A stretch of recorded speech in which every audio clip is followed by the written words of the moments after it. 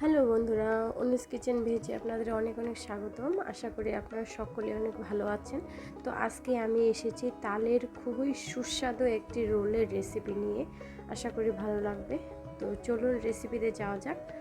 তো এখানে আমি নিয়েছি তালের রস, আর তালের রসটাকে ভালোভাবে ছেঁকে নিয়ে কড়াইয়ের মধ্যে দিয়ে ভালোভাবে জাল করে নেব। তো বলক ওঠা পর্যন্ত তালের রসটাকে ভালোভাবে জাল করে নিতে হবে। তো দেখতে পাচ্ছেন এখানে বলক চলে এসেছে।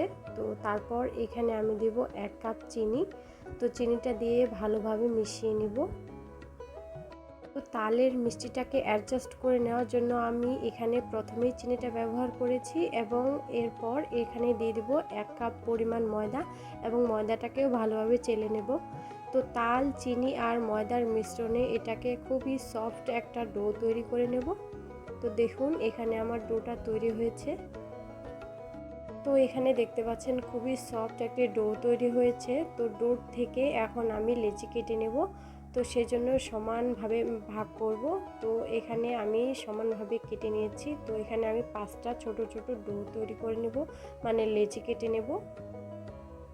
ভাদ্র মাসে তালের তৈরি এসব পদ না খেলে মনে হয় সব কিছুই অপূর্ণই থেকে যায়।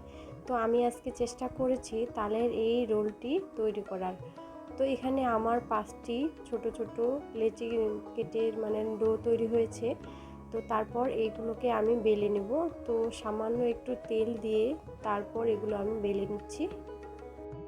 তো বন্ধুরা, নিরামিষ সুস্বাদু সব রান্না পেতে হলে কিন্তু অবশ্যই আমার এই নিরামিষ রান্নার পেজটিকে অবশ্যই ফলো দিয়ে রাখতে হবে। তাহলেই আপনারা পেয়ে যাবেন সুস্বাদু সব নিরামিষ রান্না। তো এখানে আমি আগে থেকেই সবজি তৈরি করে রেখেছিলাম, মানে লাবড়া একটা তৈরি করে রেখেছিলাম। তারপর এভাবে রুটির মধ্যে বসিয়ে গোল গোল ঘুরিয়ে নিব। তো দেখেই বুঝতে পারবেন সব কিছুই। তো এখানে দেখতে পাচ্ছেন আমার রোলটা রেডি হয়েছে। তো এভাবেই আমি একে একে সব রোলগুলো তৈরি করে নিব। তারপর এখানে আমি নিয়েছি মুড়ির গুঁড়ো। তো মুড়িটাকে আমি ভালোভাবে এখানে গুঁড়ো করে নিয়েছি। তো এভাবে মুড়ির গুঁড়োর মধ্যে ভালোভাবে এই রোলগুলো মেখে নেব। তো এখানে আমি সবগুলোই রোলে মুড়ির মধ্যে মেখে নেব।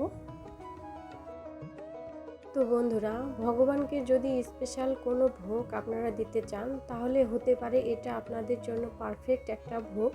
কারণ যে কোনো পূজা পার্বণে আপনারা এটি তৈরি করে খুব সুন্দর করে ভগবানকে নিবেদন করতে পারে, ভগবান খুবই খুশি হবেন।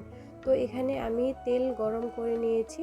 তো গরম তেলের মধ্যে আমি একে একে রোলগুলো ভেজে নেব। তো বন্ধুরা, এখানে মিডিয়াম টু লো আঁচে রোলগুলোকে ভেজে নিতে হবে যেন পুড়ে না যায়।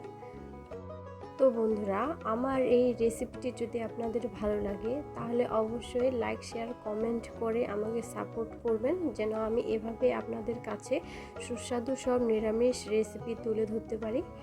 তো এখানে আমার রোলগুলো খুব সুন্দর করে ভেজে নেওয়া হচ্ছে। তো এখন আমি নামিয়ে নেব। তো দেখতে পাচ্ছেন খুব সুন্দরভাবে তৈরি হয়ে গেল আমার এই রোলের রেসিপি।